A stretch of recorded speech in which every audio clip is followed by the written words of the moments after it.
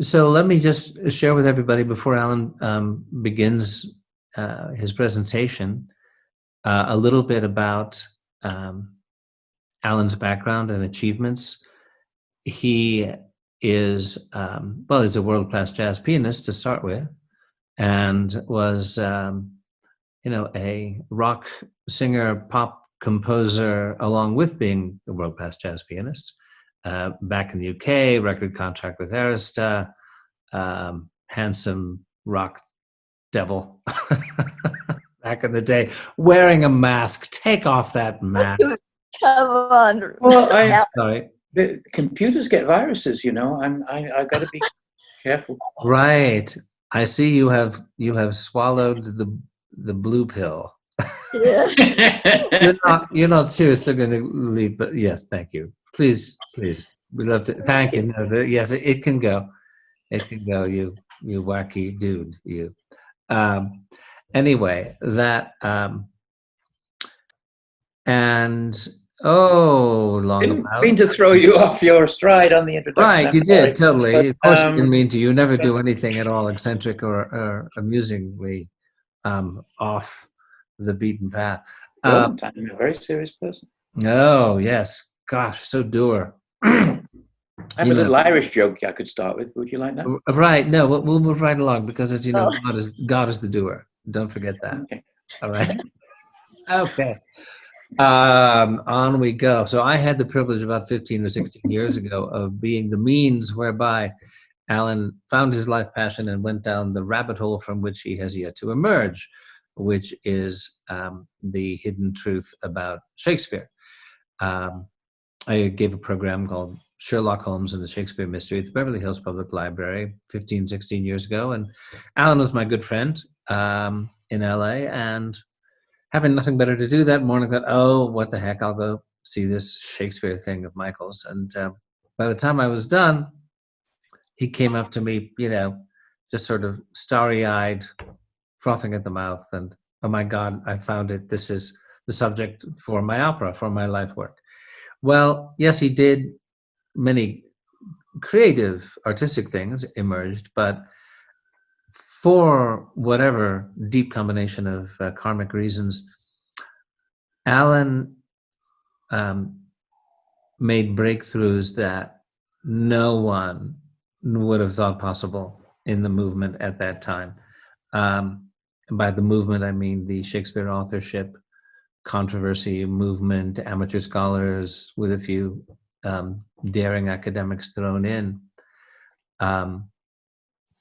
revealing through the work of Dr. John Dee, the famous mathematician, astrologer, and wizard of the Elizabethan era, a relationship between the cryptography used by the Queen's spy network with a deeper, more mystical code. And I won't go any further than that, other than to say that Alan's work is now entirely immersed in the relationship between cryptography, sacred geometry, Shakespeare, the Great Pyramids, prime numbers, and the future of time. So, he's engaged mostly in trivial things, as we can see. So with that, my friend Alan, our fellow Johannine Templar, by the way, we are honored to say, which took place in this very room. So with that, take it away, Alan. Wow. Okay.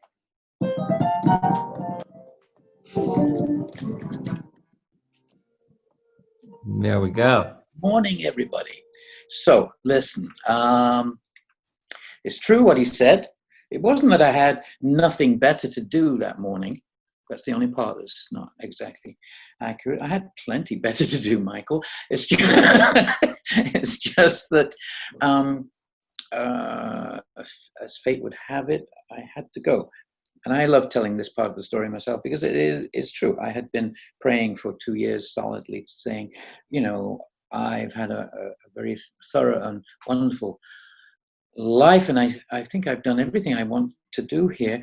I'm not particularly enjoying myself on this planet anymore, and you can take me whenever you want.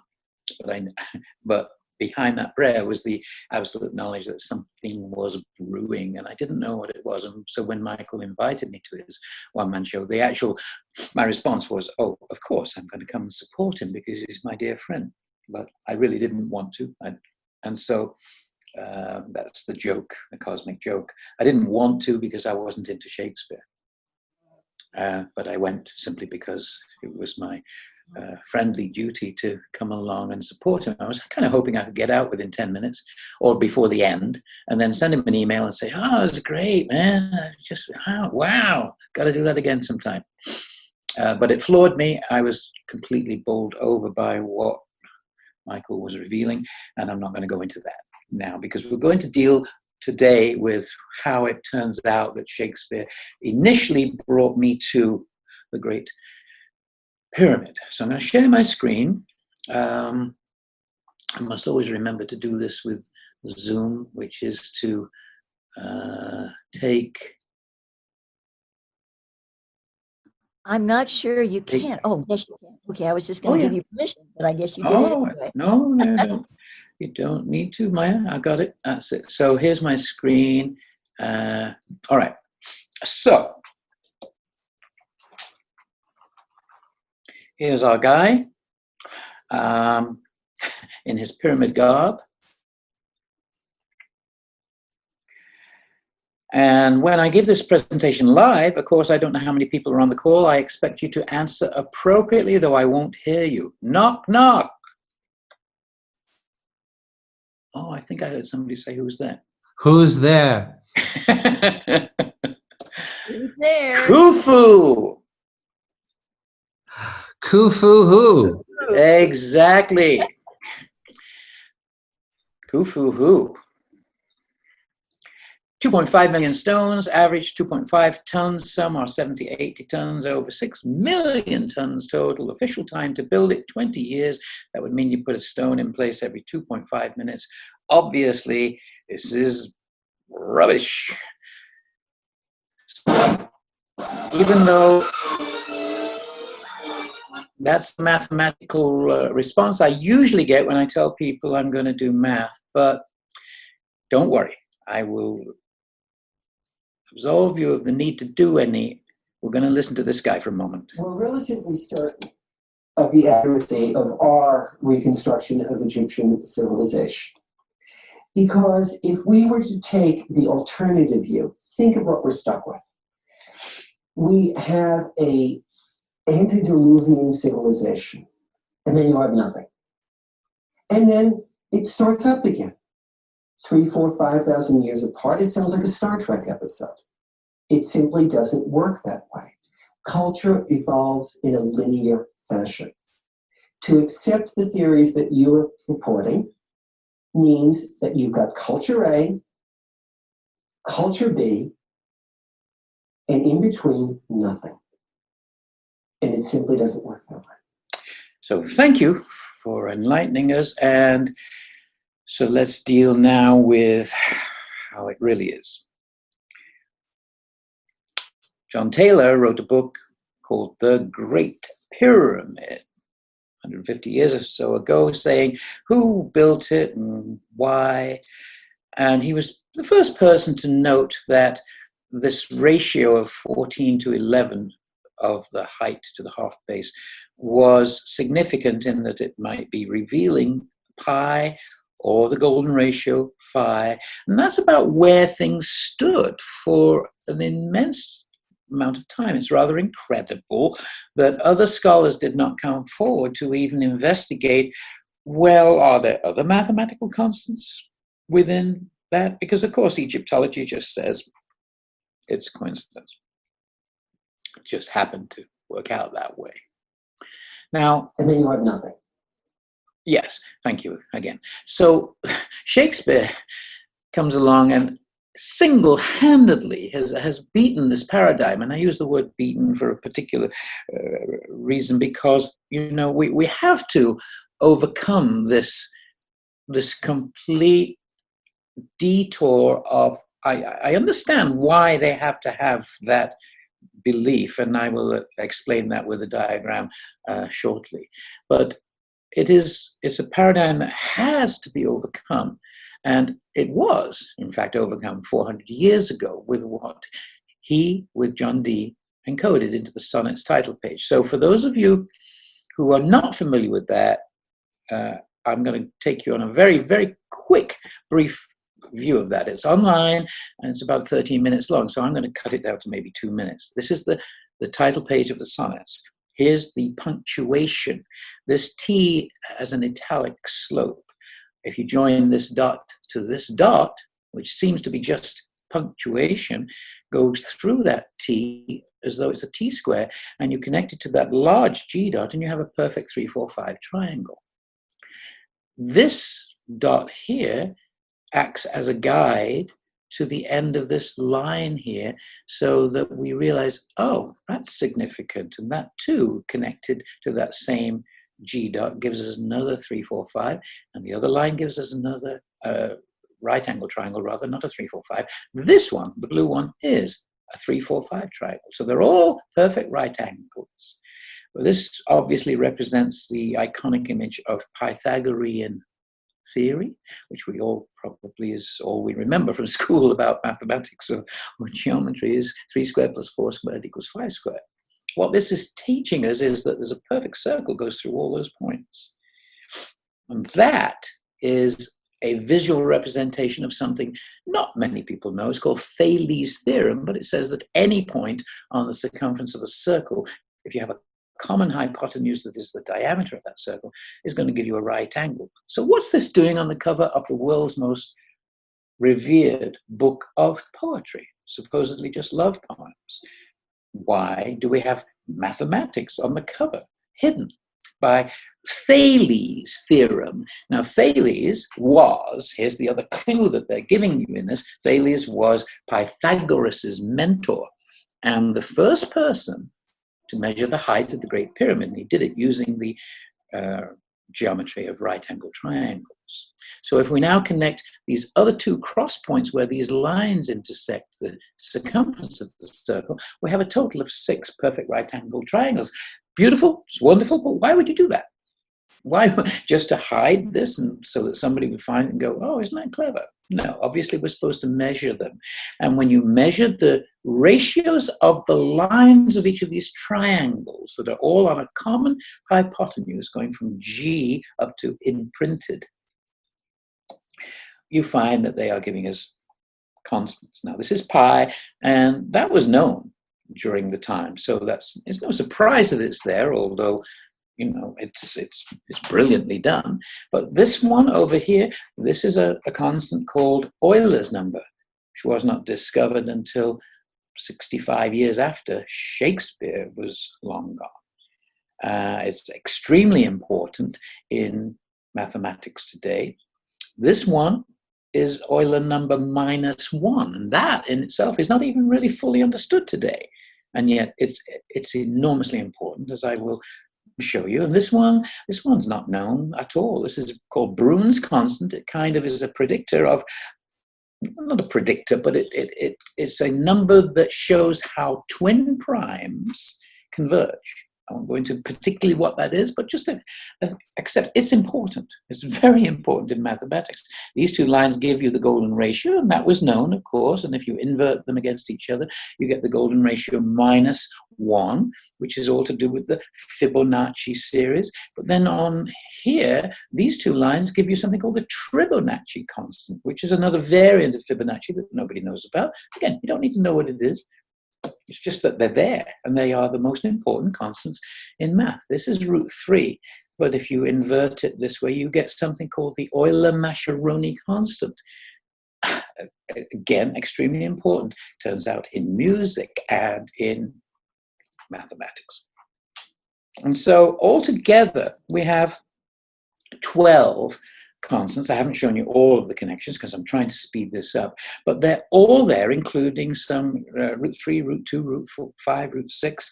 All of these are the most important constants that we know of today. And they're all there in a document printed in 1609. Not only that, this line in ratio gives the foot to the cubit, and to the meter, which is a combination of these two red lines. Again, an absolutely stunning icon, of which 5 of those constants were not yet known. The meter was not yet known. And so how is that done with just 2 lines and 4 dots? I propose, if one was to ask the greatest scientific minds of this last century or more, ask Stephen Hawking, ask Einstein, ask Newton, perhaps, ask Archimedes or Euclid, to draw 2 lines on a piece of paper and 4 dots such that they themselves represent 12 of the most important mathematical constants. I think it would be a pretty hard task. And yet there they are. Not only that, if you look at the circle that whoever's done this has created through those points, you see there are certain letters left outside that circle. By G, to B, the letter E, and NE. Now, by G, during the Renaissance, G simply represented a word meaning geodesy, the measuring of the earth or the globe. It was also a fundamental sort of secret nudge, nudge, wink, wink between the Pythagoreans. And there's an E outside there that if you then introduce these 2 dots next to the TTs, you realize, oh, there's a baseline, a perfect horizontal baseline heading east. E for east. Interesting. This angle here is a perfect 20 degrees. This angle here is a perfect 20 degrees. This angle at a tangent to the circle that crosses those other 2 lines that are hanging out there, 20 degrees. But there are 2 angles here that are not precise, and you need to measure them by trigonometry. And I'd like you all to do that right now. If you would, just quickly. All right. Laughter. And no, he says it was a joke. But one is oriented to the north and one is oriented to the east. So that might be a clue that if all these lines orienting out from that large letter G are to measure the earth, to be by G, to be measuring the earth, then perhaps there are lines of latitude and longitude. And now we come to the NE hanging out there, and one is north and one is east, so perhaps they are latitude, north, longitude, east. So cue orchestra.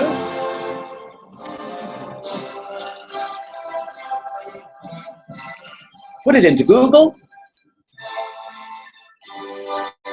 And it leads, I've completely forgotten where it leads. Oh, yes, right.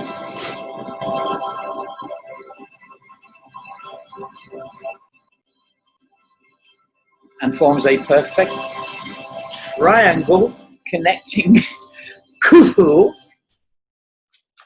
to Khafre. Astounding. They didn't know how to do longitude during Shakespeare's time. It was still a mystery. Galileo was still wrestling with that problem 25 years after Shakespeare died.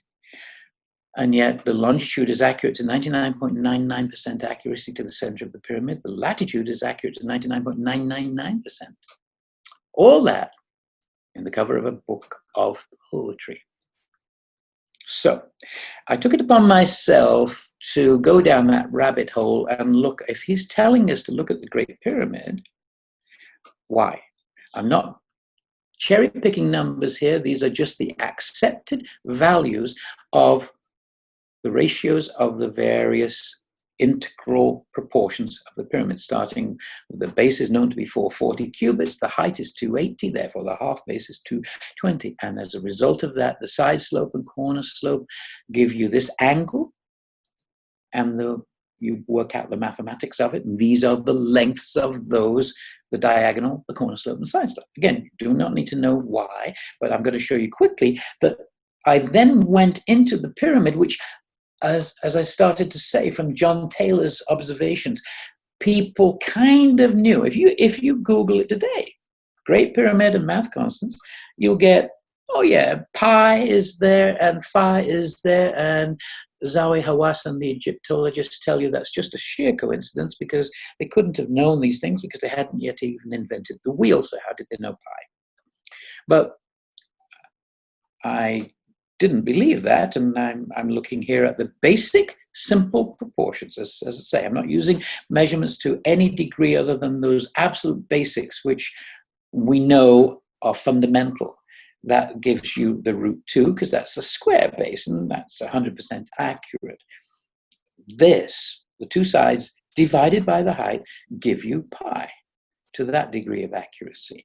And then if you add the two diagonals here, this gives you the Euler-Mascheroni constant, not discovered till 1734. And if you invert that, you get the square root of 3. And if you take these particular proportions, that gives you root 5. These give you root 6. These give you 5. And that's, of course, Fibonacci sequence. But these two, this combination here gives you the Tribonacci. Remember, that was on the cover of the Sonnets, a variant of Fibonacci that was not even known until about 1914. These give you phi minus 1, which is going back to an inverted Fibonacci series. So that's Brune's constant. Brune's constant, literally one of the simplest, is the corner slope divided by half of the base. And it gives you this particular thing called Brune's constant. It was not discovered until 1919, 300 years or more after the Sonnets. There it is in the pyramid. There it was in the Sonnets. This particular combination gives you Euler number, which is excruciatingly important in physics today, and gives you basically 100%. And these two give you possibly the most important, E minus 1. Those are the exact 12 constants that the Sonnets title page reveals. And they're all there in the Great Pyramid, and yet these are not known. If you Google it today, no one's bothered to look. Now, so there's not just this. And then you have nothing. No, you're wrong. There's not nothing. We actually have the entire solution to the whole thing here. We have everything. We have beaten the old paradigm because they're all present, all 12 that were exactly the same 12 that were on the cover of the Sonnets. And so I had invented a game. I'm not going to make you play this game, but you might want to think of it, and you can find a link. I will post it so that Michael can post it to you if you want to play it. I invented this game, years ago for my piano students. I just thought it would be fun as I was working on the pyramid. And I thought, there are all these points, there's 4 corners, and then there's the 4 midpoints, because as we know, the Great Pyramid has a tiny, tiny indentation, so that that's not fully understood, but I do believe we've solved that now as to why, but too much to go into here. There's the center, and there's the pyramidion, which is missing, but the actual point at which it's all converging up on top, the Eye of Horus, one might say. And I just thought, I wonder, playing that old game of connecting lines, if you drew a baseline, which could be any of these, let's say, let's draw a baseline. You must draw a baseline. You must draw a half base, which could be any of these. You must draw a diagonal, which could be either of these. And you must draw at least one of each of the verticals, the height or the side slant, of which there are 4 possibilities, or the corner slant, of which there are 4. And I just made up this game. I thought, I wonder if I can connect all of these dots and using at least one of each of these measurements. I had no idea where this was going, except, as I say, the intuition had been coming through clearly, and I thought, well, I got to do this. I don't know why. Start at any point on the base perimeter, but not at the center. Draw at least one of each type of line without detaching pen from paper. You know those old games, you draw on paper, and I've got to do this without detaching my pen and without retracing any line. So it was actually fun, and I did it for about an hour and a half and finally figured out that you could do it in the fewest lines possible which happens to be 8.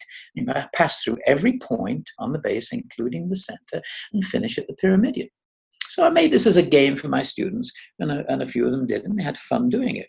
Now, so I'm going to spoil it for you now by telling you what the solution is, but of course you can still try it out because you won't remember exactly what this is anyway. You can print it out and try it. It's kind of fun. But here's how you solve it. You go from here to here in the green, up to the pyramidion, down to here, through the middle, on that base, there and up. And that's 8 moves, and you've passed through every single point. You've used at least one vertical, you've used the corner slope, and you've used the side slope. And I've written in here what the values are of those dimensions that you've just covered by drawing in this way.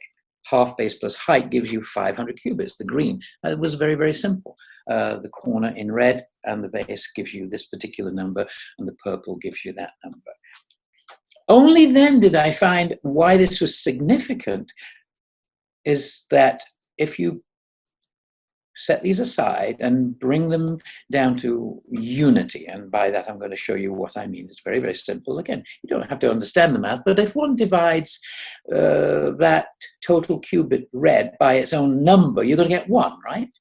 It's 858.56899 cubits. You divide it by that, you've got 1 cubit. So that means that I've brought the pyramid down in size to where that red line is exactly 1 cubit. That's the corner and the base.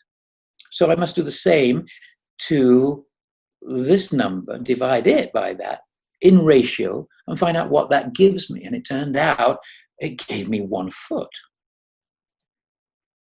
to an incredible degree of accuracy, to 2/5000ths of a foot. And I did the same thing with the purple, and that gave me 1 meter. Well, of course, this opened the floodgates of what? I mean, how can that be possible? How can they all be there? That means that the basic measurement systems, the imperial units, the biblical units, and the French metrical units are there in the pyramid. All the measures are there. All the constants are there. Now, we have indeed beaten that paradigm, of course, because that's all due to this angle being what it is. Success.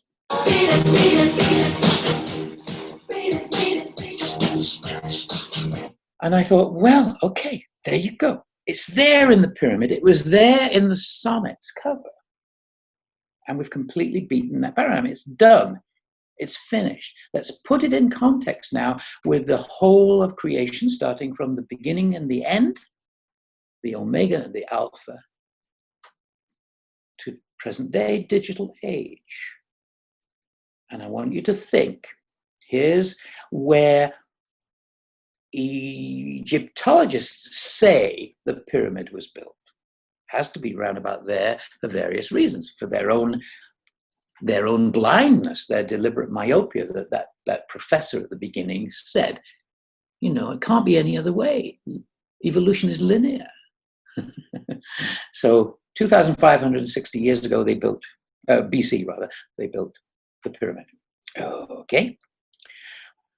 We think it's here, obviously, maybe even the previous golden age further back, but let's just deal with this golden age for the time being. I ask you a simple question. What came first, the constants or the measures? If you think about it, it's self-explanatory in the words themselves. Constant. Constant is, eternally true. Constant. It is, by definition, it's always the same. And the constants, when we started with a universe, we go from unity, no vibration, to let's have a show. Showtime, folks. Boom. And you split into duality. And at that moment, a circle's circumference is going to be pi compared to its diameter. The ratio of that diameter to the circumference is going to be 3.142. It's never going to change. It can't. It's a constant, and all the other constants behave that same way. That's why they're called constants. Fundamental. And there they all are. in the Great Pyramid. So is that, is that an accident or real? Supreme Council of Antiquities will say, nah, sheer luck. So we'll give them that. Let's give it, say, yeah, one. You can have one. It's sheer luck. What about the measures then? Are they constant? Did they start at the beginning of the universe, or are they, what are they doing there? Well, if we think about it, and it's a heavy thing to think through, you've got to really wrap your mind around this. Measures, that means how do we even measure anything? We have at some point decided that something that is a certain length that we can see, that might be a banana, it might be a foot. It's man-made, isn't it? The humans decided on the measures. And yet, here they all are in the pyramid. Now, so we do know that the basic fingerprints of the cubit are all over the building of the Great Pyramid. So we know, and the cubit existed before 2560 BC. So therefore, yeah, pyramid was built using the cubit. The foot didn't come here until the Roman Empire, and meters here at the French Revolution. So it just seems as though that's not possible, that they could all be there. And the scholars have been fighting over that ever since as to, is that possible? And yet we've just shown that they're all there. Wrap your head around it. The cubit was used to build the pyramid, but that green is the foot. Those reds are the cubit. Those purple are the meter. Is that just, well, luck? Two strikes. We have to think about this some more. That going to there gives us the foot. This gives us the cubit. This gives us the meter. Let's look at the actual mathematical relationship of 1 foot to 1 cubit. And it turns out it's this. And that, my friends, is the actual structure of this constant known as E. It is 1 plus 1.718. It's irrational, it goes on forever, 1.71828, 1828, it goes on and on and on. But the point is, it's not just that E is 2.718, its structure is this. It was discovered by Jacob Bernoulli in 1618 in compound interest. You borrow $1 from the bank, the maximum compound interest that it can accrue, not every month, not every week, not every minute, constantly. If you could charge compound interest constantly so that it's growing, he thought one must get to be vastly wealthy that way, but it turned out not to be so. There is a limit, there is a number that it converges to, and it is called E, Euler number, but that did not come till 100 years or so later. But you owe the bank 2.718. You owe them what you borrowed, the 1 and the 1.718. It's used, this number, in calculus, in probability theory, in population growth rate. It's used to track virus dissemination, how fast a disease will spread. It's in radioactivity, in basically the decay. Isaac Newton had actually discovered it earlier than Bernoulli in this particular equation. Again, you don't need to know what it means, but it's a beautiful thing. It's 1/1 plus 1/1 times 2 plus 1/1 times 2 times 3 plus 1/1 times 2 times 3 times 4 to infinity. Again, it converges at 1.718, and you start with this 1. It's as though there's a principle, the 1, and the interest is the 1.718. It is one of the most important constants. The golden ratio, we know, is an artistic constant used in art. But this E is used in science. So it's both sides again. It's this beautiful marriage of the left brain, right brain. And so both of them are equally important. And we have been told that no, the foot came from just the size of some guy's foot, and the cubit is from the elbow to the tips of the fingers, and that's it. We've been now you see, no, it's a mathematical relationship. It's not just that it's E 2.718, it is the actual structure of E. The foot is the principle, the cubit is the interest that you earn by the maximum convergence of these either Newton's formula or Bernoulli's formula. And there it is in the pyramid. It's integral. We've been sold a bill of goods. It's not that, that was it's just some guy's foot. If you were God, and you are, get used to it, and you wanted to make a creation, would you want it to be built on principles of utter, absolute perfection so that there could be no chaos, that everything was beautifully, perfectly worked out? Or would it want to be... No, you'd use the Egyptian foot, the precision that is hidden, that we're still told in school is just, it's this guy's foot. It's absolutely ridiculous, isn't it?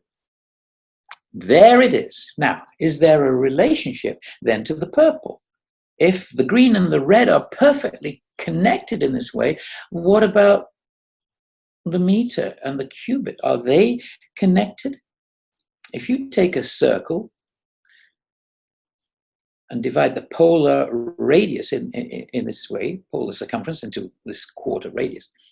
Sorry, I'm using the wrong word. It's not the radius yet, the quarter.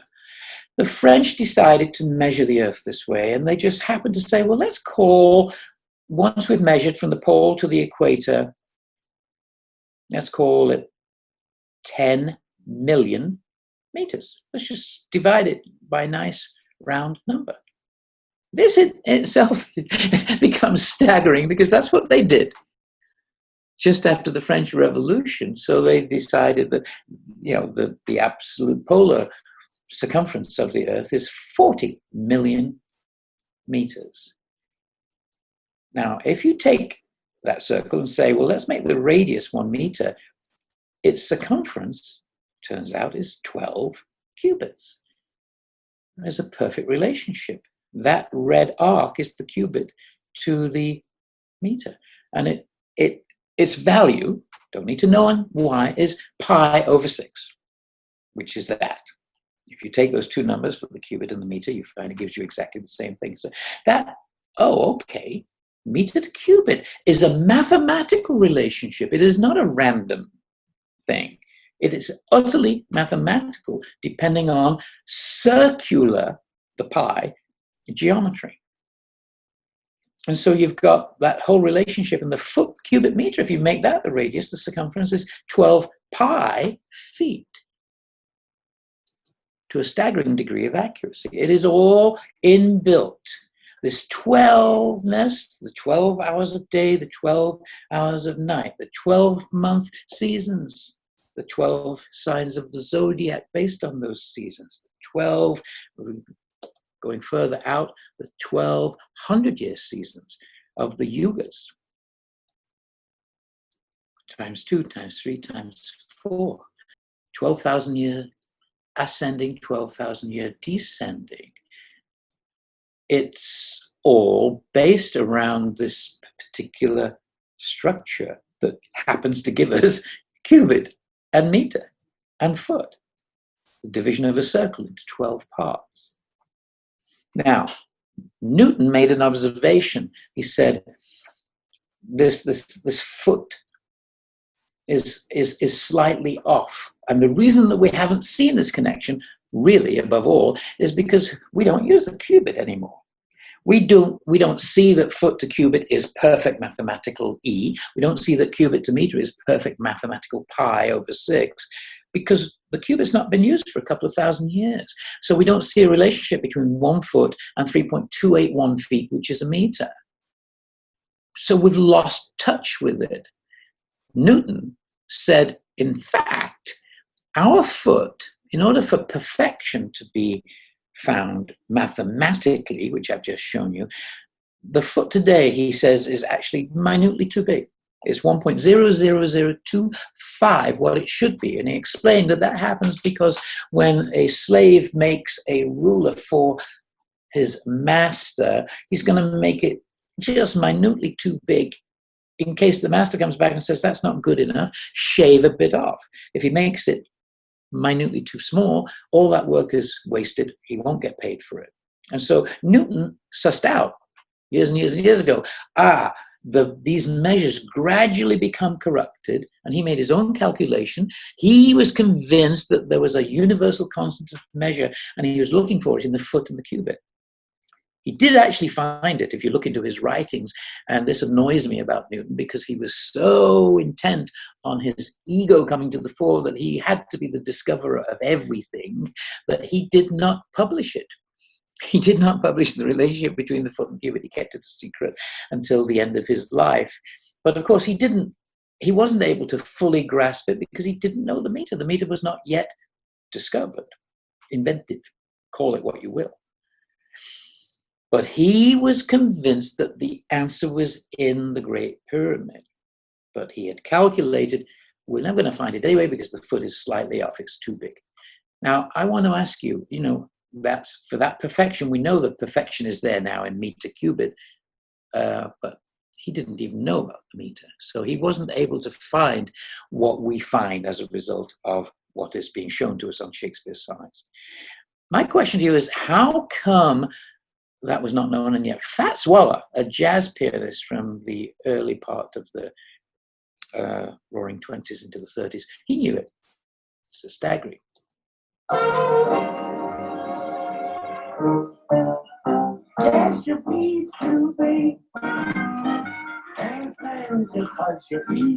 Oh, yeah.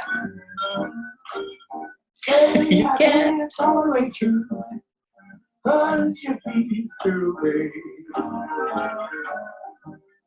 How do you know that? Amazing, isn't it? Just shows you there are more things in heaven and earth, Horatio, than I dreamed of in your philosophy. Now, if we make the correction and correct that foot, of course it's not going to happen. We're not going to do that today, but we should.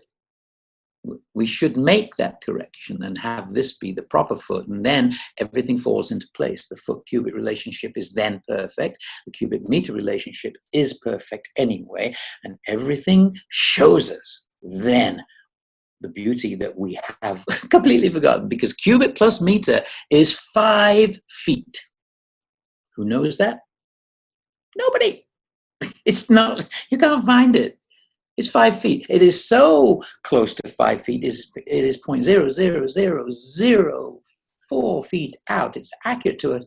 2/50,000ths of a foot, which is the width of a red blood corpuscle.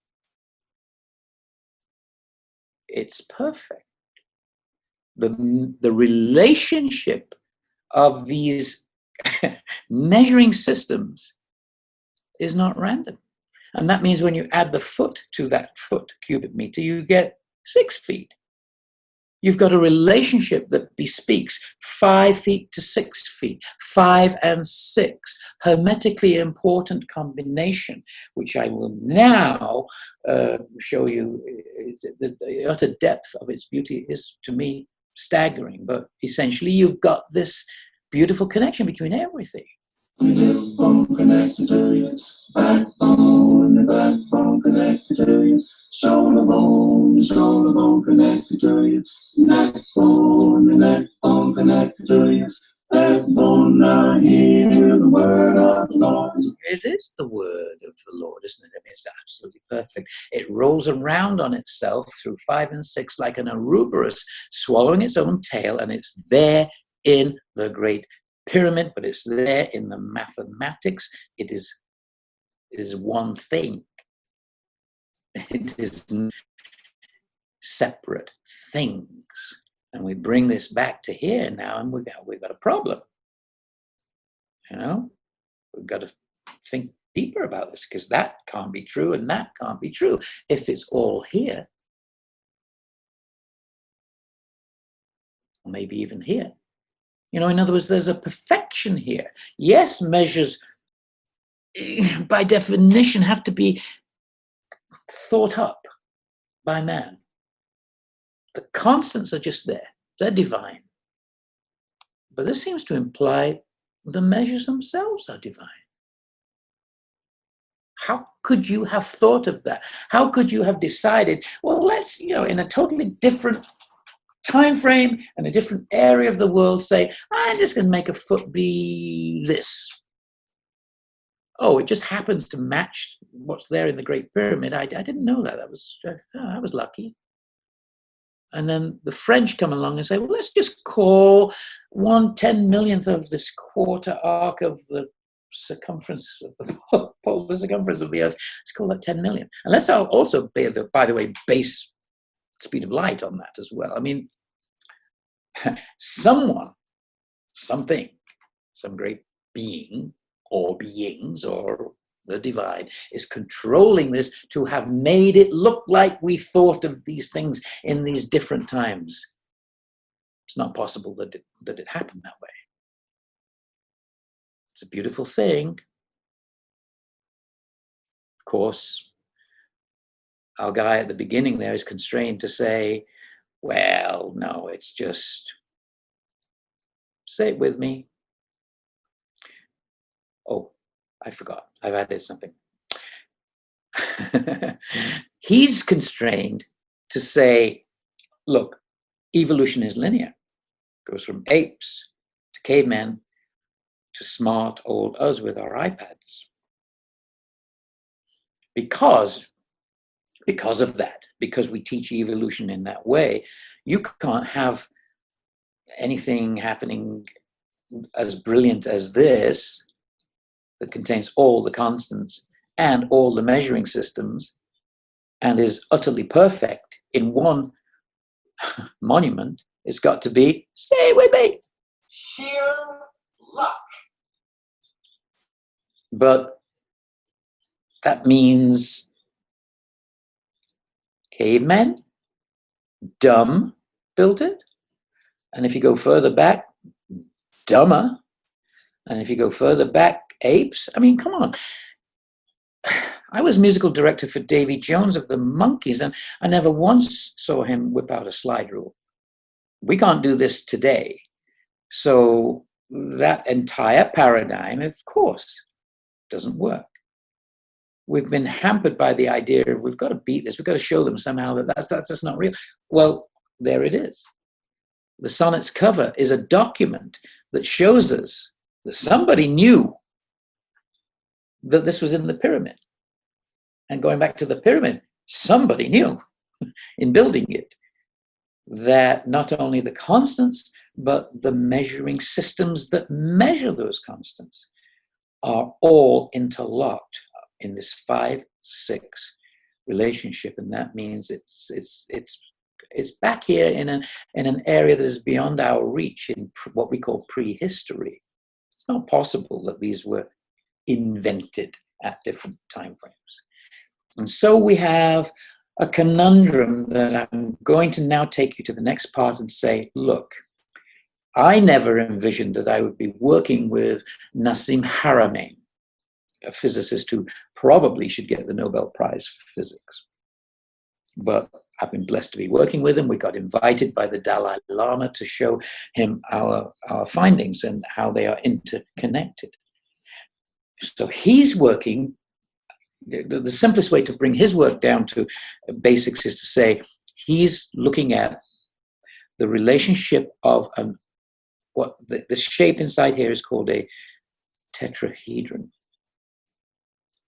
one of the basic Platonic solids. Again, you don't need to know why root 6 and 4, but that's its measurements. And if you have two of them balanced against each other, they basically spin within the sphere. Very similar, one might say, to, oh, I don't know, perhaps this.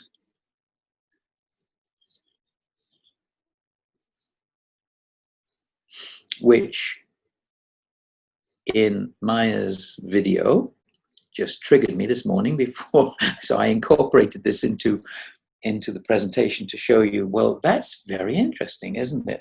That is actually technically half of an octahedron, another of the Platonic solids.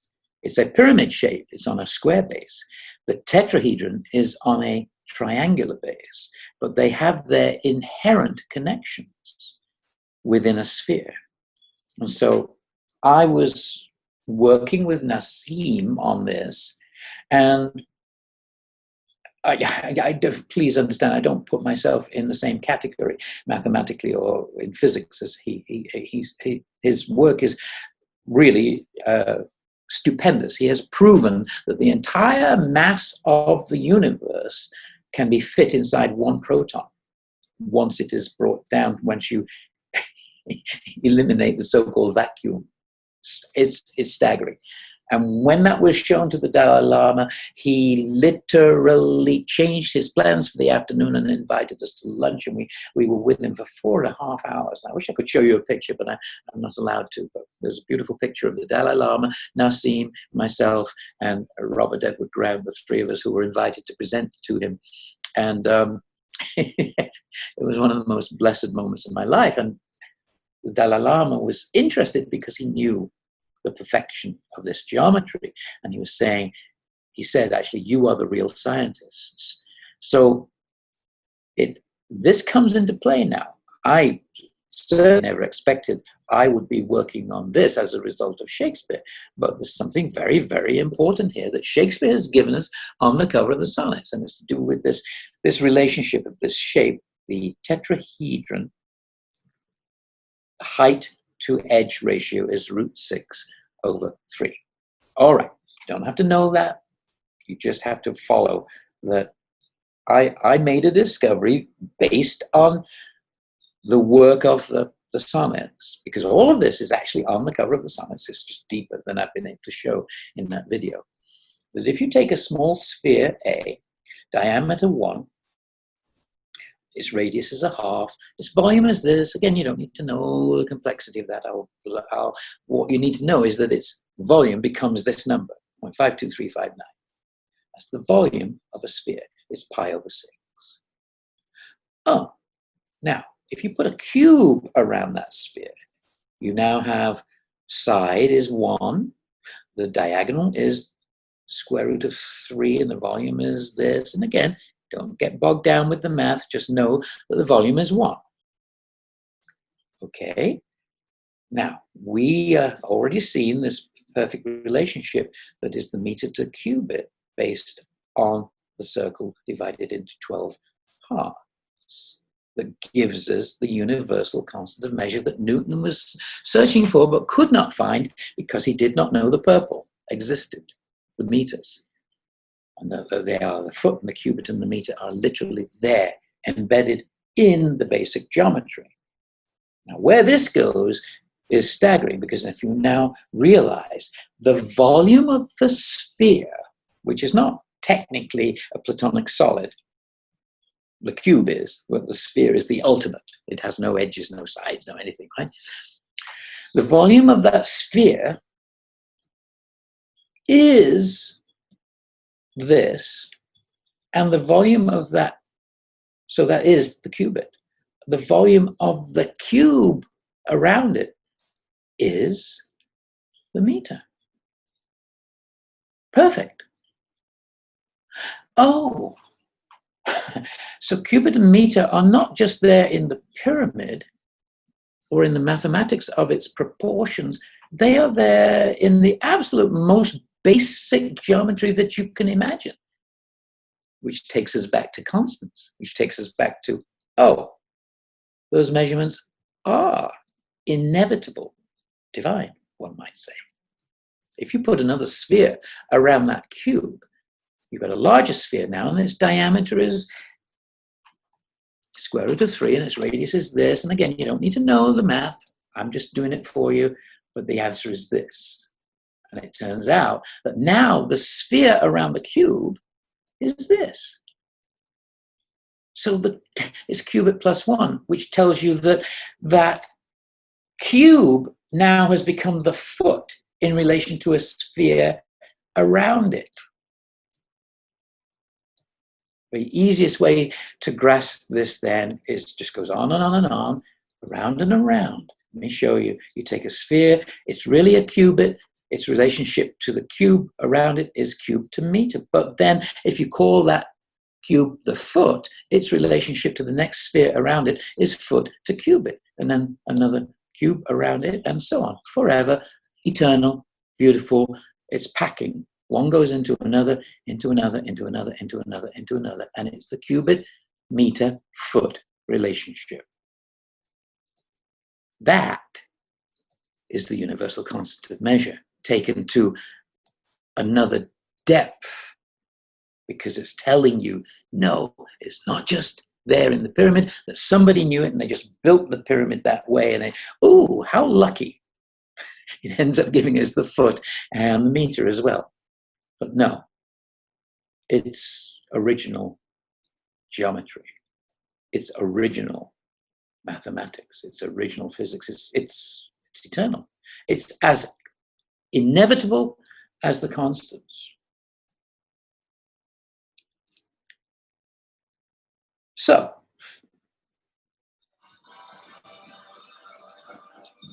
Sounds like a Star Trek episode.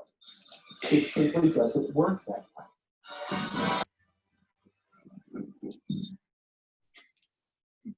way. yeah, it does. I'm sorry, get used to it. So, I'm glad to hear somebody fell off their seat for that. Now, winding up. This pyramid is pretty much, we were actually, in this last trip, we were allowed to go inside. We were among the first. It's been opened up after 65 years. It's been closed, and finally we were allowed inside. So we were some of the first public that were allowed inside. And it's got two angles to it. It's built on two triangular formations, and it is called, when you listen to them give the talk, oh, the biggest mistake that ever happened. They just screwed it up completely. That angle of the first part of the pyramid is the perfect equilateral triangle, and so the angle is 60 degrees all around. But the next part that they built, because they messed it up and they didn't realize it was going to all fall down if they carried on at that angle, so they built this part then, and they just casually thought, oh, let's get this over with quick because we're going to be fired. But it turns out that that angle is 72 degrees, which is relationship to, well, what I'm going to show you, it's easier to show you in pictures. That, if you fold down 6 equilateral triangles on the ground, 60, 60, 60 degrees, and if you were to fold them up, that's the first portion of what's called the bent pyramid. And then they corrected for the mistake, and now you've got what's called a pentagon. So you went from a hexagon to a pentagon, from 6 to 5. Ring a bell? Oh, and now that folded up gives you a perfect top. But no, they will tell you, no, this is just a complete mistake. So looking at this, if you looked at it head on, the lower face, if it had continued on, would just look like this. But of course, it's tilted away from us, so it's going to look like this. And the cross section gives us an angle of 54.736, and doesn't seem very significant. But you've got to realize, no, it's actually a perfect equilateral triangle. But then that's not the way it goes, because the mistake meant that they had to add this part, and this is a perfect 54, 54, and 36 up here, because it's what I showed you, the perfect pentagon structure. So it represents 5, but it's facing away from us, so it looks like 43.403, and so no one's seen this. They keep on telling you. I listened to a guide there giving this to his tour group. Yeah, imagine the builders, they must have been so fired. All right. Now, because we got to go in, we went down this descending passageway here to a chamber. I've overlaid here the Great Pyramid on top of the bent pyramid to show you that the descending passageway in the Great Pyramid is, they're oriented the same way, exactly the same. There's a point here where it breaks off into an ascending passage up to the Grand Gallery. And there's a point here where ascending passageway hits a point where you can go horizontally across to the Queen's Chamber, or carry on up to the King's Chamber, or go down what's called the well shaft to the subterranean chamber. And that shape there is a perfect 3-4-5 triangle. Huh. Okay. But it's the same in the bent pyramid. There's this descending chamber. We don't know if there's an ascending passage. It hasn't been found if it is there. But why did they make that descending passageway exactly the same and as the one in the Great Pyramid? Not only that, it's not just exactly that, but the horizontal splits the angle of that 3-4-5 triangle perfectly in half, 26.57, 26.57. It's angled just so that it's totally split that 3-4-5. And here, down at the bottom where it's heading to, the subterranean chamber in the Great Pyramid and the subterranean chamber in the Bent Pyramid are at the same level. Somebody's telling us something here. Now, look at where it was cut and you see what they're really telling us. If they want to illustrate this impeccable sixness and fiveness, the blue shows us sixness, they could have, the red shows us fiveness, and it ends up at this height. They could have carried on building the blue higher. It still would have given us, we still would have worked it out. It's an equilateral triangle, it just cut off. We'd still get sixness, we'd still get fiveness, the height would have just changed minutely. Or they could have built, they could have decided they'd made a mistake earlier. It still would be showing us sixness. The overall height would end up like this. You could still build a 5 pyramid on top of it. It just would have changed the overall height. That's my point. But they happen to choose here, here. And that gives us another way of looking at it, that.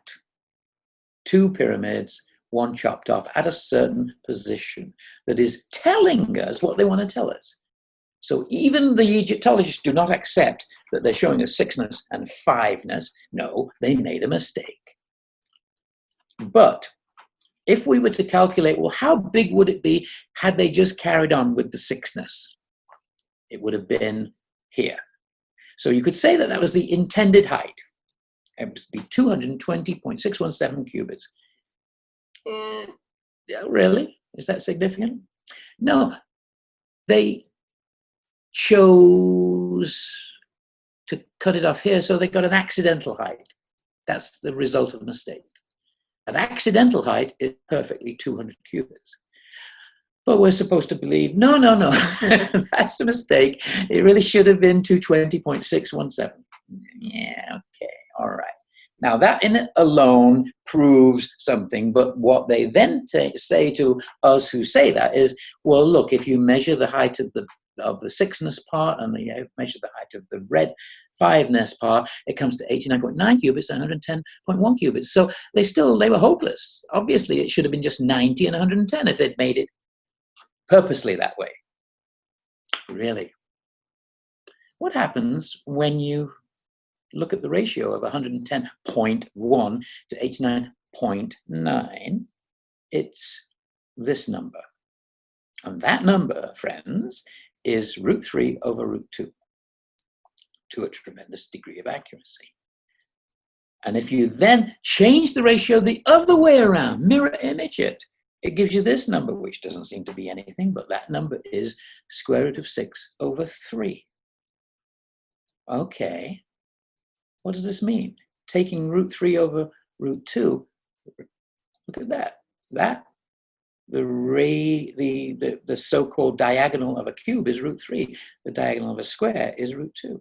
The √3 over √2 is telling you the relationship of 3-dimensional geometry to 2-dimensional geometry. Well, it's just an accident. And the inverse of it, the √6 over 3, is this. It's the tetrahedron inside the sphere, √6 over 3. That's what they're telling us with this stupid mistake of the bent pyramid.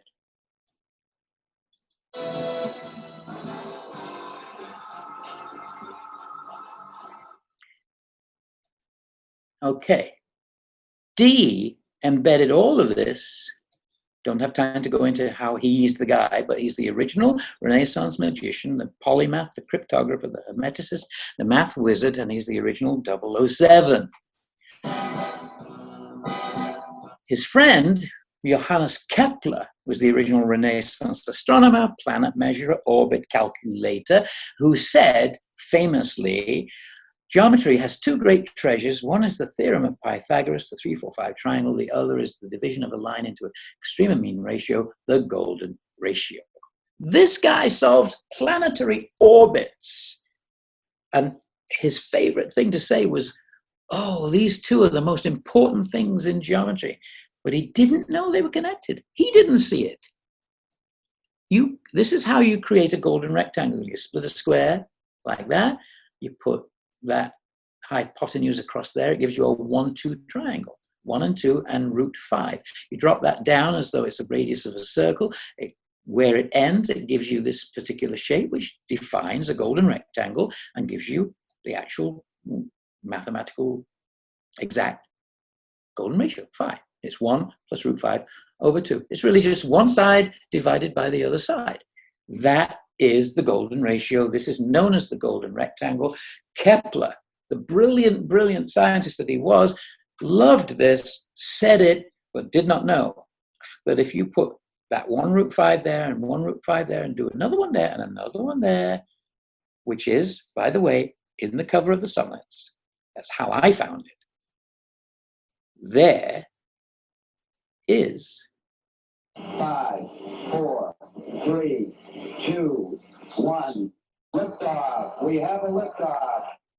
They're both there. They are intimately connected. In fact, they are inherent in each other. Thank you.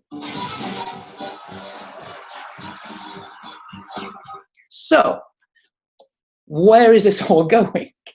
That shape that I just showed you, that again, staggeringly, Google it. Look for a relationship between the 3-4-5 triangle and the golden rectangle, and you'll find about 3 videos trying to connect them in the most complex way. It takes about 7 or 8 or 9 steps, but they draw various tangents and circles and angles, and they say, oh, look, they're connected.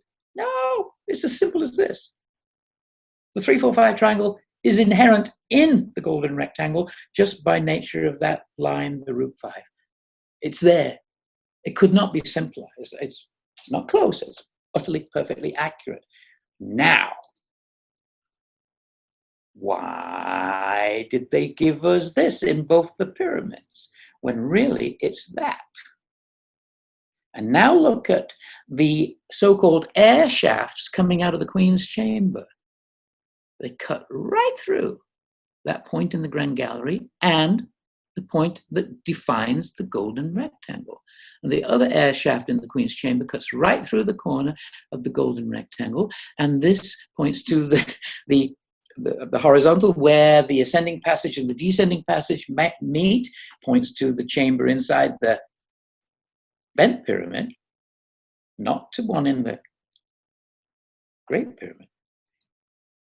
And down here is where they all meet with this 3-4-5 triangle that leads you down into the subterranean chambers.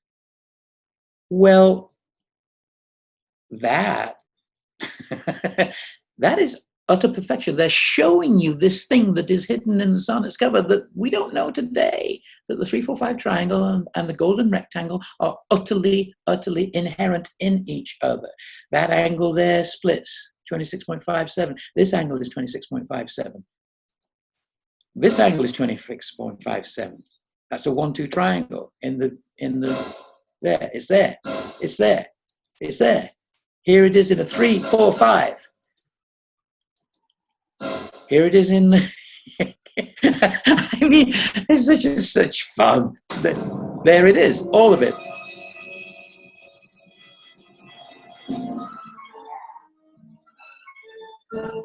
Sheer luck. we're coming on to the home stretch, because the luck of that is the 5-6. It could not really be any simpler. There's a 5-6 relationship in the cubit meter to foot, in the Great Pyramid, in the 3-4-5 triangle to the golden rectangle, in the universal constant of measure that Newton spent his life trying to find and couldn't, because he didn't know the meter. But is here in the Yuga cycles that were forecast by Sri Yukteswar, Paramahansa Yogananda's guru, who said essentially it's 12,000 years ascending, 12,000 years descending. Now, you always hear from modern day people, David Wilcock will say, no, it's 25,920. Precession of the equinox is 25,920. It's not that that number is not significant. It is the point of precession that we can most recently measure. But it's not the truth, because it's only half of the story. We are just coming out of Kali Yuga into Dwapara Yuga. When we measure the yugas according to what they've embedded in the pyramids here, a 72-degree angle, the pentagon within the pentagon, that gives you a precession rate of 50 seconds per year.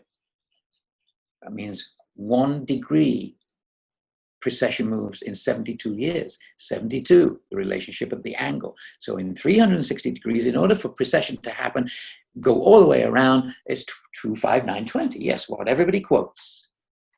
But I don't believe my guru's guru is wrong. That is a perfect relationship based on 5, on the fact of us moving slightly slower. If we're moving at a rate of 6, precession rate changes to this per year. 1 degree only takes 60 years to go through. 360 takes 21,600. And literally, this is what's happening. By Kepler motion of the planets, we find out that this is not planetary motion, this is solar system motion within the galaxy, as to why we go through a golden age and a dark age. When we're at this position, we're traveling the slowest possible. We're in Kali Yuga. We're burning people. We're burning books.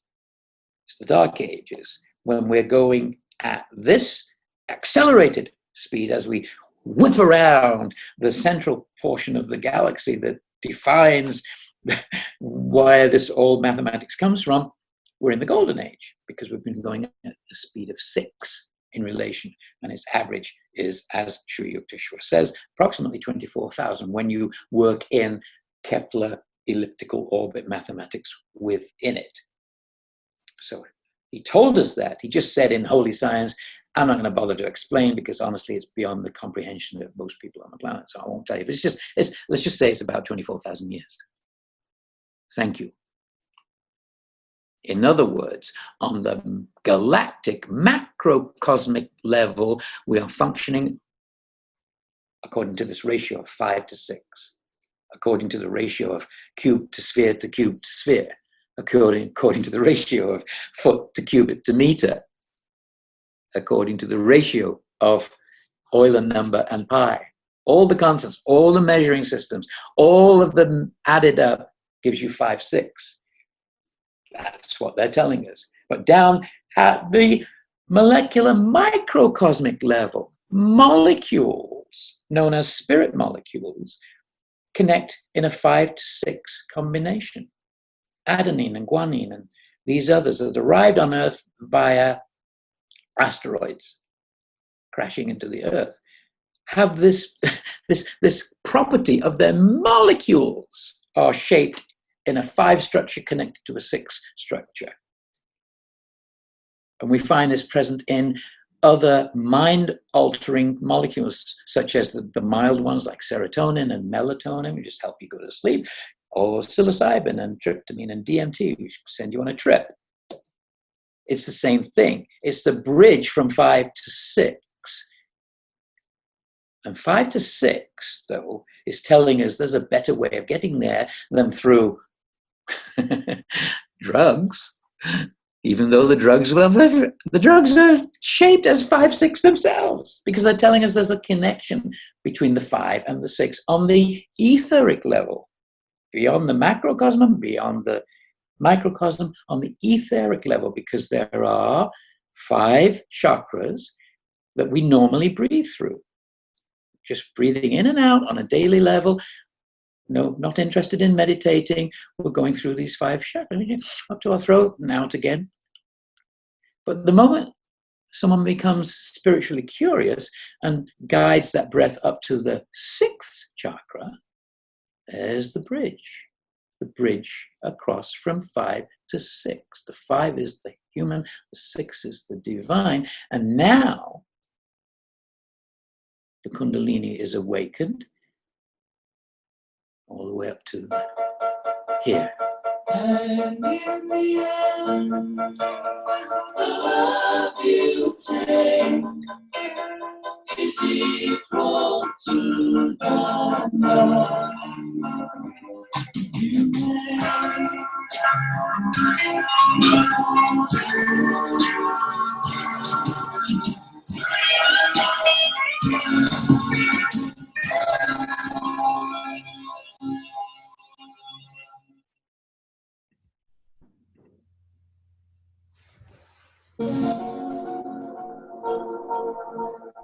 I believe this is what the word wow was invented for.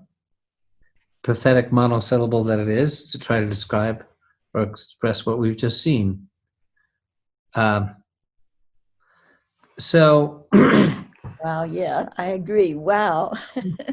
yeah, I'd like to just take a minute to put this in perspective for our audience. So, what Alan has shared with us here,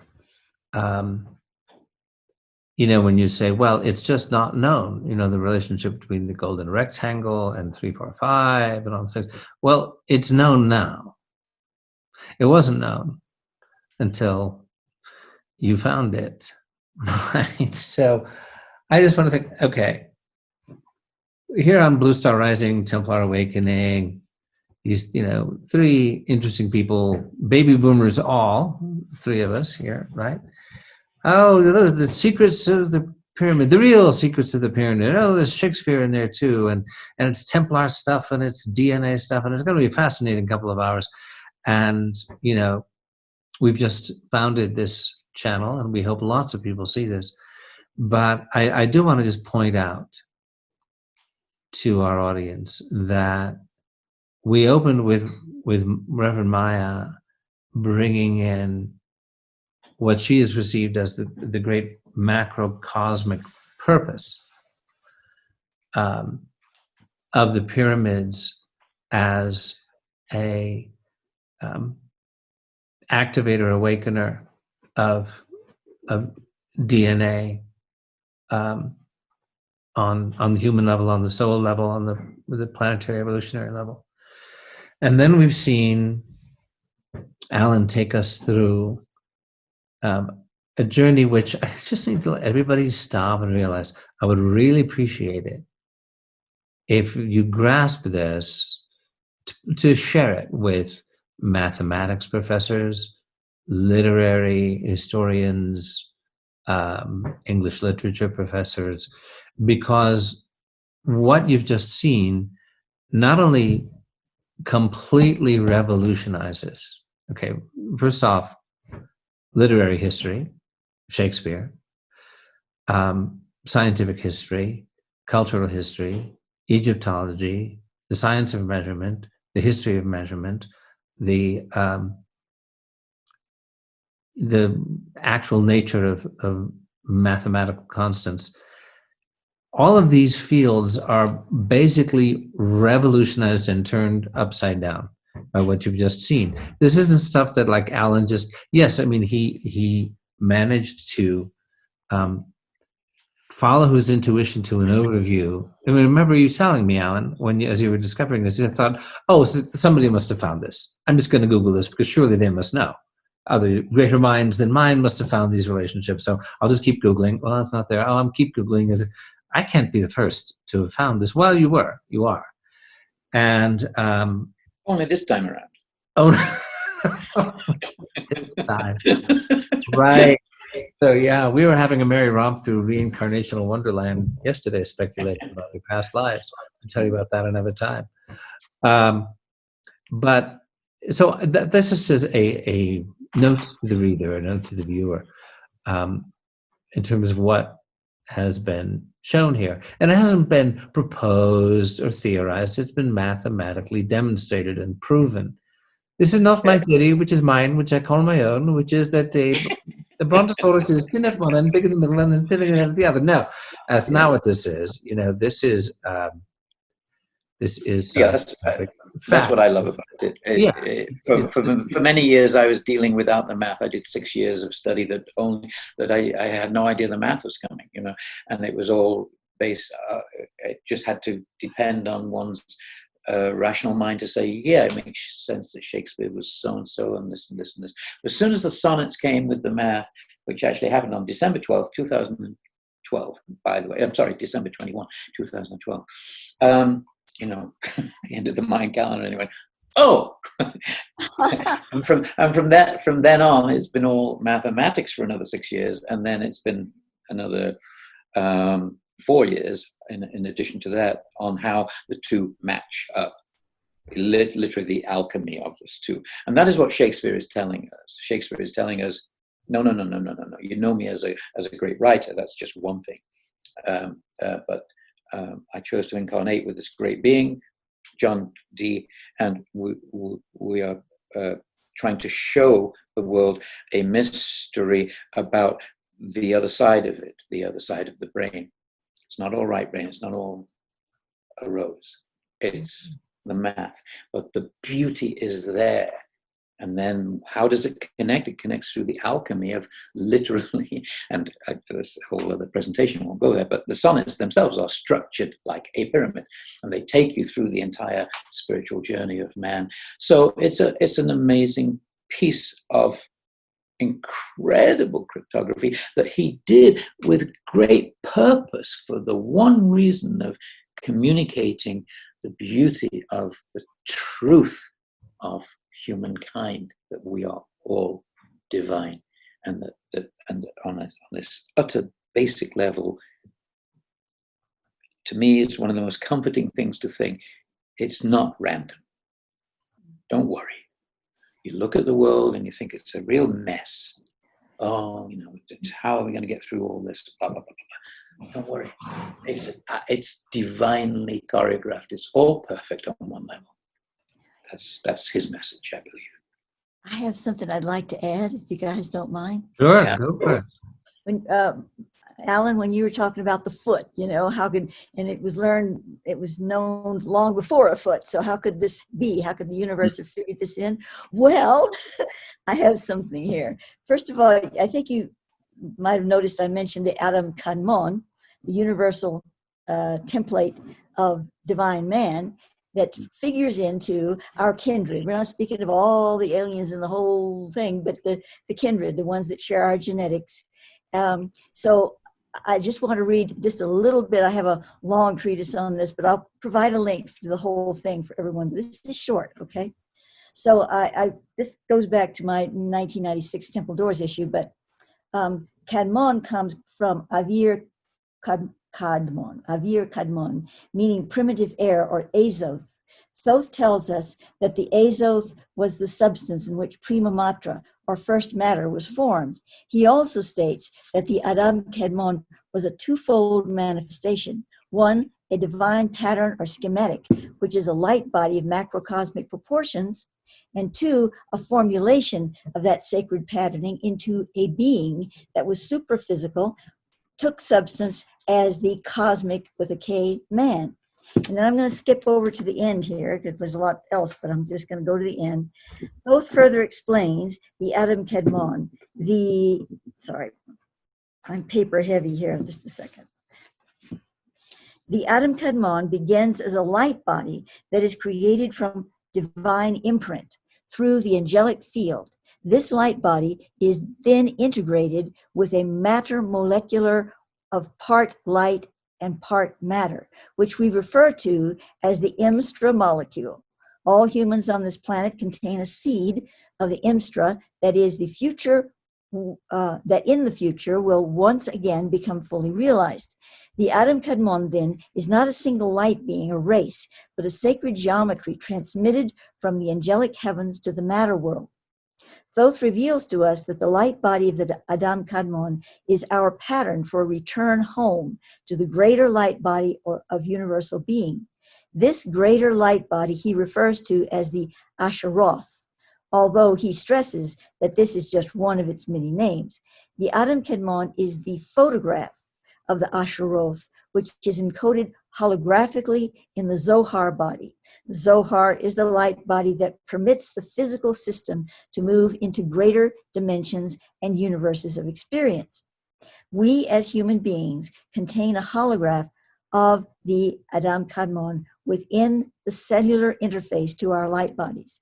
This is the memory of our true divine form that will reactivate through the awakening of the Imstra molecule as we assume our roles of priests and priestesses of light within the universes of God. So about the foot, everything that we have that is our physical body, and it of course can vary on different planets, but it's still, it's duality. We've got two eyes, we've got nose, everything that it is, and this foot, all of that is a universal template, but each planet has its own membrane of that is its singular print, So the Earth print has a foot.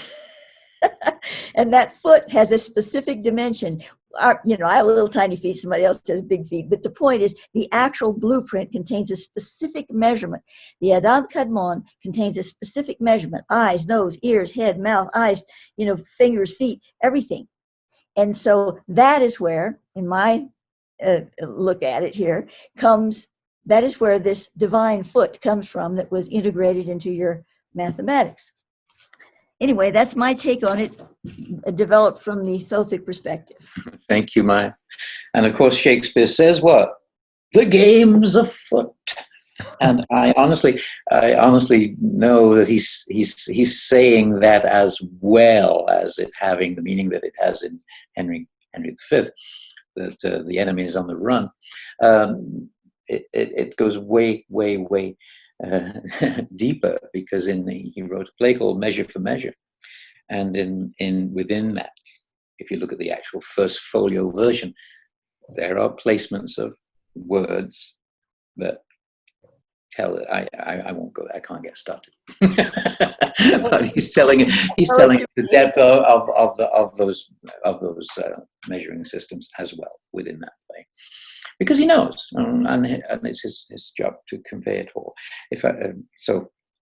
Can I just give one plug to hopefully bring people. Plug away. They want to know where to find out. Oh yes, no. And that is just, plug away. Yeah, my website is called tobeornotttobe.org. Just the way he wrote it. It's not a Prince song. It's not to and a letter B. It's just to be or not to be.org. Now, if you go there right now, it's under construction because I'm about to launch an entirely new website with a game. And the game is about solving all of this. And it takes you on the journey that I've been on for 16 years, but lays it out step by step by step in a way that you can play it as a game on a chessboard, moving the knight around from square to square. So you have to do it in a certain order because it's the only way that one can. You know, you can't jump to square 38 and get the deep stuff about John Dee and deep atomic mathematics. It's just too much. Follow the course, go along, and you will be taken on it. But it certainly doesn't take you the 16 years that it took me. One could do it in a couple of weeks if you were absolutely eager to do it all quickly, or you can just take your time with it. But play the game. And so if I might just say, please go there. Ultimately, because and that game is going to be free at first because we're just developing a beta version of it.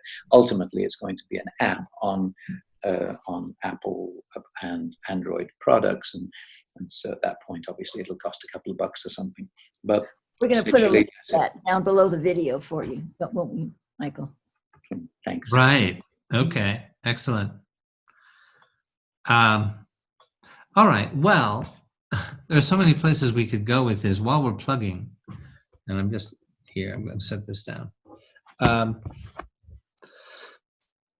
So, you know, I was just listing the many breakthroughs and paradigm shifting revolutions that you've had shown to you in Alan's presentation.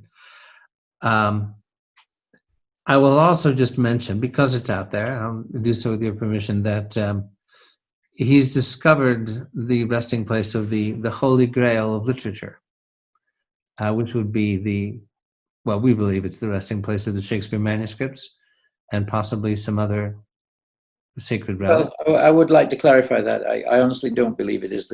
I don't believe the manuscripts are there now, and I have good reason to tell you that I know they are somewhere else. But nevertheless, it's well, because we don't know exactly what's in there, and so honestly, I'm open to any possibility. Okay. Well, something important is in there. But the initial codes lead you to this place that is a specific physical location, and certainly the sonnets are in there because they are the sacred story.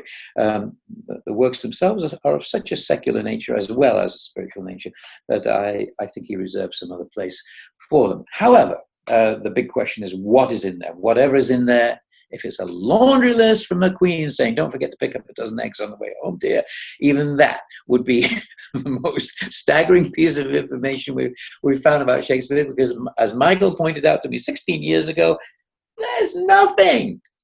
He left nothing. He left not a play, not a poem, not a page, not a line in his own hand. The greatest writer in all of historic literature never wrote a letter to anybody. Well, we know it wasn't Shakespeare, don't we? We know who was the real Shakespeare, but that's another story. That is another story. And yet, I would like to just say the one thing that is so important to me to convey in this, and it's only brief. Yes, he's somebody else. However, everyone that's approached this has come to it in an adversarial way. You know, oh, Shakespeare wasn't the man from Stratford. He was our guy, Marlowe, or Bacon, or De Vere, or the Queen, or Darby, or all these various possibilities, right? And your guy stole our guy's thunder. And it just isn't that way at all. The codes prove it's just not that way at all. He literally, this was a perfect symbiotic relationship between the real Shakespeare and the man who was chosen to be the mask. And the beauty of it is that literally the real author, the real truth chose to be hidden inside a mask, because that is our human condition. The Yes. truth is inside us. We are wearing a mask. We are bumbling around like Bottom on Midsummer's Eve, and we don't know who we are. Take away the mask, the truth is there inside. So it was a deliberate hiding of his identity, choosing to be anonymous, because that's the only way that he could make you play this game. Play the game. Find out who I am and why I am inside this mask. It wasn't stolen. It was, in fact, a beautiful spiritual metaphor. Yes. So, Alan, are you going to tell us where the manuscripts truly are? If they aren't in the box? But it's part of the game, and so I would give it away. Oh, okay. Well, honestly, it would spoil the joy of playing the game. It's kind of silly how deep it goes. It just goes deep, deep, deep, deep, deep. Michael is aware of some of the deeper things. The only people that I've even been able to show this other stuff to are Michael and Michael Delahoyd, the first English professor at Washington State University, who embraced this work when when Michael and I went to Concordia originally in 2010 to give the first talk I ever gave about it, the whole thing, and of course my daughter, you know. But I mean, honestly, there's so much. People just get fed up, you know. I mean, I call Michael up occasionally. Do you want to see? The latest? So right, I used to say to Alan when he had already discovered things that I regarded as epochal and earth-shaking, and then he'd call me up and say, you know, Michael, I've got to show you something. It's incredible. And I said, Alan, stop discovering things, because let's face it, you've discovered all that can be discovered. And this was like before he even. Oh, this was 12 years ago. Yeah, I was telling him to stop discovering things before any of the marvels that we have seen today that he discovered. So thank God you didn't listen to me. I didn't really tell you to stop discovering things, but I just said, oh, come on, reversing 624 to 426, really? And that, I mean, you know, that's just perverse. Why would anybody do that? Well, it turns out to, you know, lead you to a perfect rhyming couplet in iambic tetrameter that points to the location of something important. Yeah. I don't mind saying where it is. It's the altar in Holy Trinity Church, because that's the first thing you see as you go to my website, the new website. So it's in the altar, and the altar stone, and I have actually very naughtily, I have scanned it. Yeah, I radar scanned the whole thing, so to get the scientific proof of the fact that something is in there, and something is in there, and something is massive, and it will change the history of Shakespeare completely. The trouble is there's a resistance to opening it. You know, imagine, for instance, let's say on the news tonight you heard that scientists have radar scanned a wall in the last home that we know Leonardo da Vinci resided in, and it seems to be that there's a painting behind there. Over now to the scientists, you know, and they say, are you going to go look? And they go, nah, not really. It's pretty moldy back there. I don't think we'll look. You know? Oh, here's another news-breaking item. In Beethoven's apartment, they've discovered a trapdoor with a trunk down there. Let's interview the person who discovered it. Do you think you're going to open it? Beethoven's 10th. Who cares? That's what the church is saying. We're saying, it's in there. It's in your altar stone. It's right there. It's the centerpiece of the church. It's got a stigmata cross on it that shouldn't be there, that has a tiny 5-pointed star in it, which is not only an indicator of just the mathematics that I've just shown you, but also of the true Shakespeare.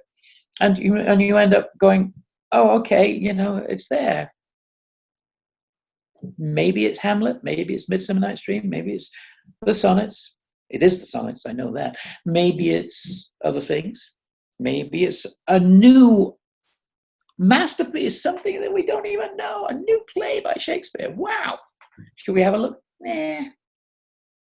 And just so everybody knows, let's not, you know. Yeah, just so everybody knows, in this amazing caper that he pulled off, which is really worthy of a movie unto itself, in getting ground-penetrating radar scan of the altar stone in Stratford-upon-Avon, Holy Trinity Church, we know, with the permission of the church, unbeknownst, I mean, it's a whole caper, you can see it online, but two independent analysts, unrelated to the Shakespeare authorship controversy, examined the scans after they're done and said, well, there's a cavity in there, and there are objects, and there should be no cavity within that large. There's a reliquary. It's usually a very small box containing the relics of a saint that's inside a consecrated altar stone, and there's a huge cavity with objects in it. 250 times the size it's supposed to be. Yeah, so the entire altar is literally hollowed out. It would have taken them 2 years to do it. You know, I mean, right. the only reason for doing that, but cutting a hole that big, is to put something of equivalent size into it. So when I say that the manuscripts are, I don't believe the manuscripts are there. I think it's possible that it's possible. I just don't go into predicting. It's silly. It's pointless. I know the sonnets are there because the codes say so, and I know that other very, very significant things are there that John Dee was told to put there by the angels. He was channeling angels from, you know, anyway, Yeah. that goes into that deeper whole story. But the point is, whatever's there, it is the holy grail of literature. And the church could slap it up on a wall and put it in a museum and charge whatever they want to charge for it forever. You know, it would actually increase their tourism. And but of course, there's that little hiccup of having to just get used to the idea that they've been selling a myth for about 200 years. Yeah, that's a pretty big pill to swallow for them, because it does. I think I found a way, honestly. And as soon as the website launches, which is in about a week to maybe 10 days at the absolute most, it will be launched. You'll read about it, and I honestly think I found a way that absolutely convinces them clearly that it is the best possible thing to do, because it is, and it's inevitable anyway. Because once this becomes viral, and the reason I'm asking to plug that is just I want people to go there so that they play the game and help us to develop this beta version of it, which is completely free. In playing it, I'm giving away my first book for free. I'm giving away Decoding Shakespeare. You'll get a free copy of that through digital downloads. But more important than that, I want you to just turn your friends onto it and vote. There's a voting mechanism there to vote as to whether or not Stratford should open the altar. Right. So again, that's to be or not to be.org, without letters and numbers, like English words, as indicates. Exactly the way he wrote it. Or not to be.org. TOBEOR. Right. So we're reaching the end of our time, and I'm dazzled again. I'm always dazzled by this. I was dazzled by Maia's cosmic overview to begin with. So maybe I'll just title this show "The Secrets of Dazzlement." But it's going to be the real secrets of the pyramid. To be or not to be dazzled. I get it. Right. See the slings and arrows of outrageous dazzlement. Let's go for it. Well, bless you, my friend. It's wonderful to host you and these amazing revelations. And Maia, I have a feeling this is going to be one of our most popular and most viewed programs down the road. And so with that, we'll see you next time. Alan, we'd love to have you back because there's so much more to explore. And so thank you. Bless you and thank you. And we'll see you all next time on Blue Star Rising, Templar Awakening. God bless us, everyone. Bye for now, folks. Thank you. Bye-bye. If you enjoyed this video, could you please click the like beneath it? This helps us get more subscribers. And also, if you want to be notified when each video comes out, click the little bell button. And then, of course, if you want to be a subscriber to our channel, please subscribe. Thank you.